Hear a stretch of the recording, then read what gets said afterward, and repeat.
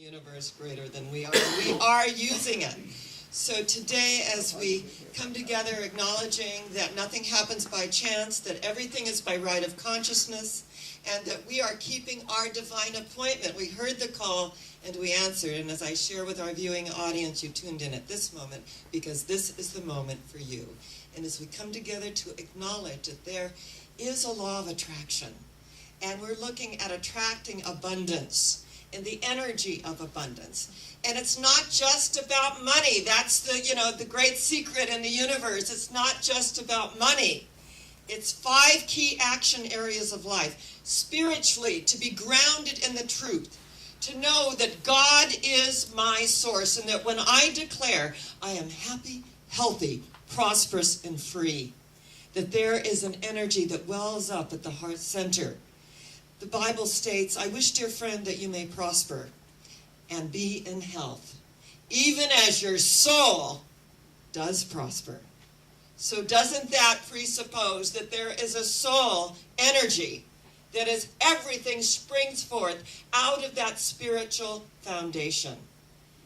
Jesus said, it's the Father's good pleasure to give you the kingdom. And when we open to that kingdom, we are open to the spiritual ground of being. Mentally and emotionally, we are in perfect peace, for our mind is stayed on that which is life-affirming and that which is life-giving. You know, how many people are focusing on what's going on out there? But the what's going on out there has been happening for millenniums. It's, nothing's changed in that regard. The outer is the outer. And it's all about this stuff that goes on that we can buy into, give our power away, and feel really bad about. Or we can say, I take myself out of the law of averages, and I place myself within the law of individual selection. And when I place myself within the law of individual selection, then I'm taking myself out of the fray. I'm taking myself out of that, what Ernest Holmes called race-conscious belief. Race-conscious belief, if you're reading the Science of Mind textbook, which our teaching is founded on, is the prolific negative thought of the ages. And we can just tap into that, and we can feel it if we're at that vibratory frequency.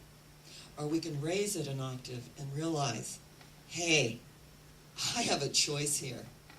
Choose ye this day whom you will serve. God, life, truth, beauty, aliveness, or anything less than that. It is our choice. So we come together to acknowledge, yes, that we're grounded spiritually, mentally, and emotionally, that we know who we are and what our focus is. And physically, that our body is the temple of the living God. That at a DNA cellular level, and it's so wonderful how this works, that we can spiritualize every cell in our body temple. That relationally to know you are as close to God as I am ever going to get. And I am as close to God as you are ever going to get. And if I am in that place in me and you are in that place in you, there truly is only one of this. This moves beyond all the little ego stuff. It's always interesting to me, people that can be in this way of life for years and years and years and still be so invested in their ego. But it's about drawing the larger circle. He drew a circle that shut me out. Heretic, rebel, a thing to flout. But love and I had the wit to win. We drew a circle that took him in. That is not always easy. I want you to know that. And our first response is not always, oh, yes, they're a spiritual being. They're just having an off day in their humanness. That's oftentimes not our first response. Our first response is to have energy and to take it personally. But then we get past that. And when we get past taking it personally, we realize this has nothing to do with me and send out love and compassion. And as we send out love and compassion, we neutralize the energy. In our Science of Mastery class Tuesday night, I love what Sue said about there was this forgiveness process she went through. And she said she so cleared herself that there was nothing there. There's nothing to hold on to because we release it unto the higher frequencies of the universe and allow God to do what God does best by means of us. And what that means is to be happy, healthy, prosperous, and free. That's what God does best by means of us. That we are that living, breathing conduit of light the light that penetrates anything unlike itself. And I love when Jesus said, you know, no greater love than a man hath that will lay down his life for his friend. And what that really means is to give the benefit of the doubt. And one of my very, very favorite stories is about a little boy who was born with a disease. And it was a terminal disease, but he created the antibodies, and they had, you know, their ministry of prayer was treating and knowing the truth and saying spiritual prayer treatments. And the little boy he moved through that diagnosis and came out on the other side miraculously. And when the sister was born, she had the same disease, but did not have the same antibodies that had been built up. So the doctor said, we can have a blood transfusion from the older brother. He was 5. And the little sister will create the antibodies she needs through her older brother, who had had a healing. And so the doctor said, do you want to give blood to little sister Liza, who is undergoing this experience and this disease? And he barely thought about it for a moment and said, yes, I will do that. 5 years old. And so they set up the transfusion, and they put the 2 little beds together, and the brother, the 5-year-old, is giving his little 2-year-old sister the blood that she needs to create the antibodies. And after a while, his little lower lip quivered. And the doctor said, oh, she's, color is coming back in her cheeks. Oh, she's looking so good. And as his little lower lip quivered, he said, oh, I'm so happy Liza is going to live. Will I be dying very soon now? He thought that in his little mind that he was giving his life for his sister. And at 5 years old, this is an old soul, we come in deathless, timeless beings of light. And we look like babies and children, but many of us are very old souls, and we come in again as the ancient Bodhisattva in the Buddhist tradition to come in with healing, helping hands. We're all ministers. We all minister to something. Greater love no man hath than will lay down his life for his friends, to give the benefit of the doubt, to do what we can for the universal collective consciousness, to acknowledge that there truly is a power for good in the universe greater than we are. We are using it every single day of our lives. Reverend Michael and I were discussing earlier. I come in early, and we set the tone for our spiritual center. We set the tone for every aspect of this ministry. And we were talking about the Buddhist tradition.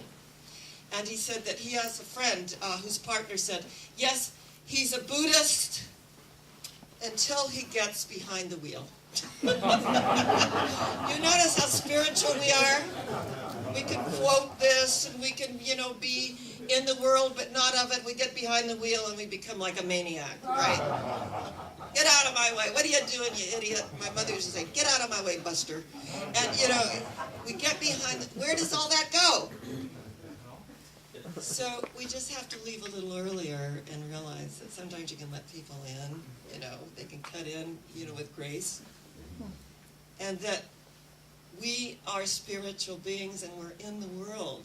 And we're in the world. I feel like it's Earth School. We're in the world to learn and to grow and to unfold. To laugh, to weep if we need to do that. Yesterday was my sister's earthly birthday. And my sister took her own life. And I have no judgment on how she left.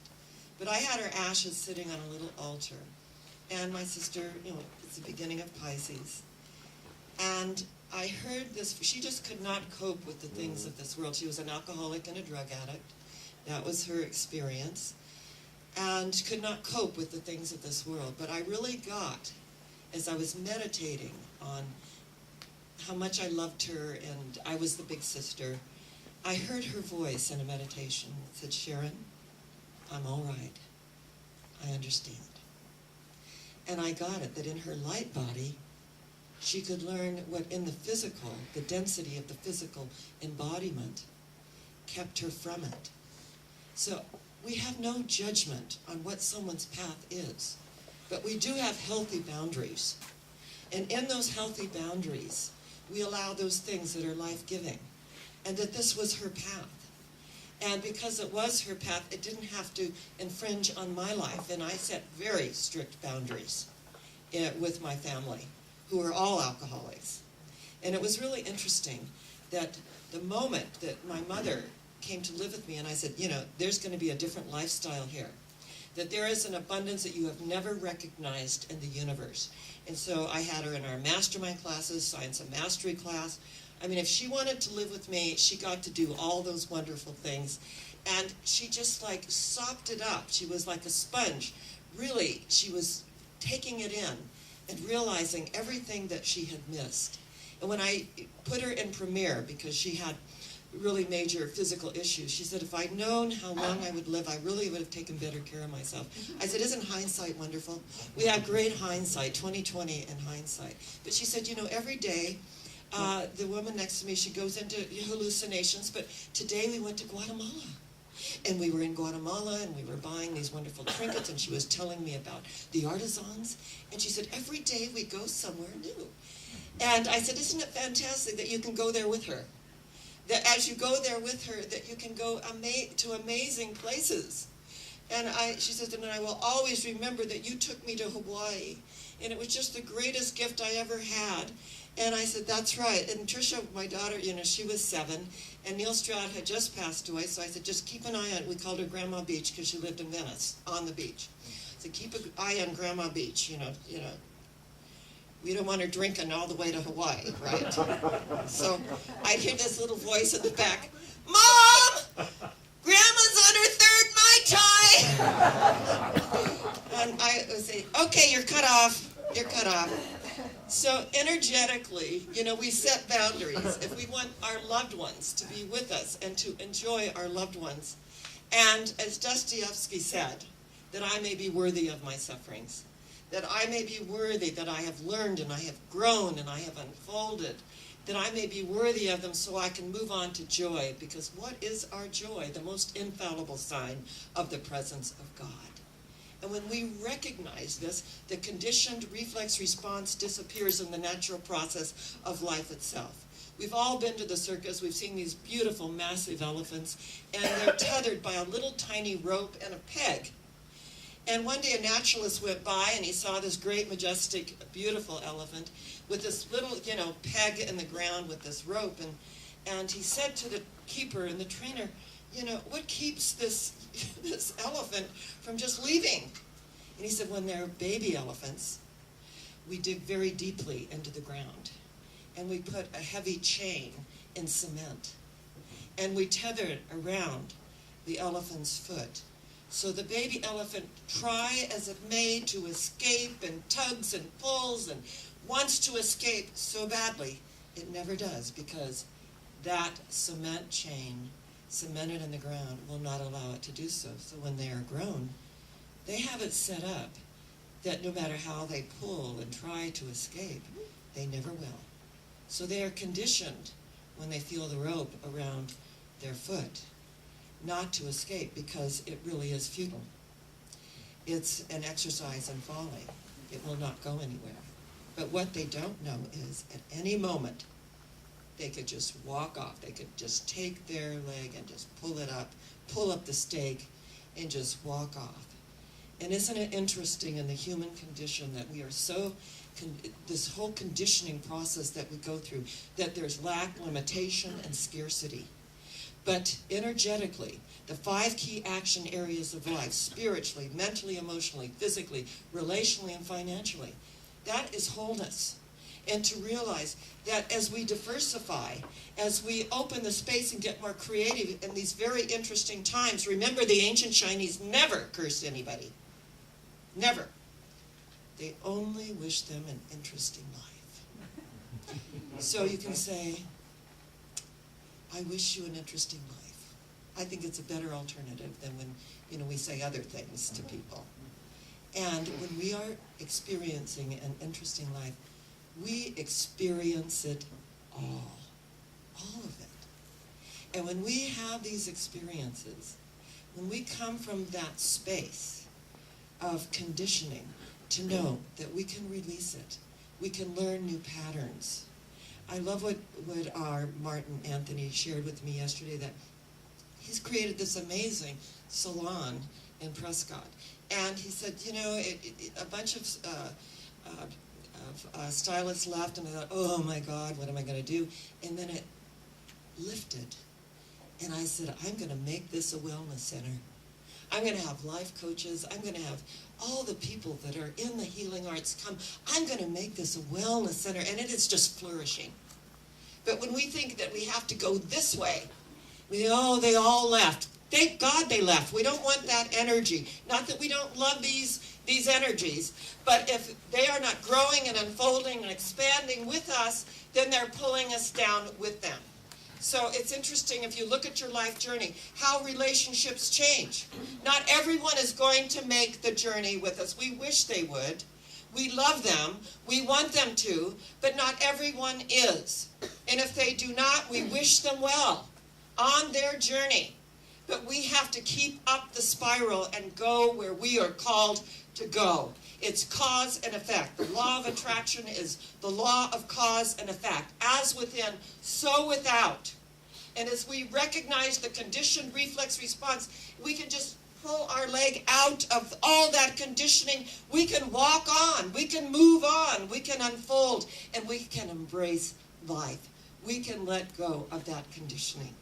It has nothing to, we can create something more wonderful than we ever thought was possible. And the minute we collapse ourselves into that momentary contraction, the minute we go smaller, we buy into it, we give our power away.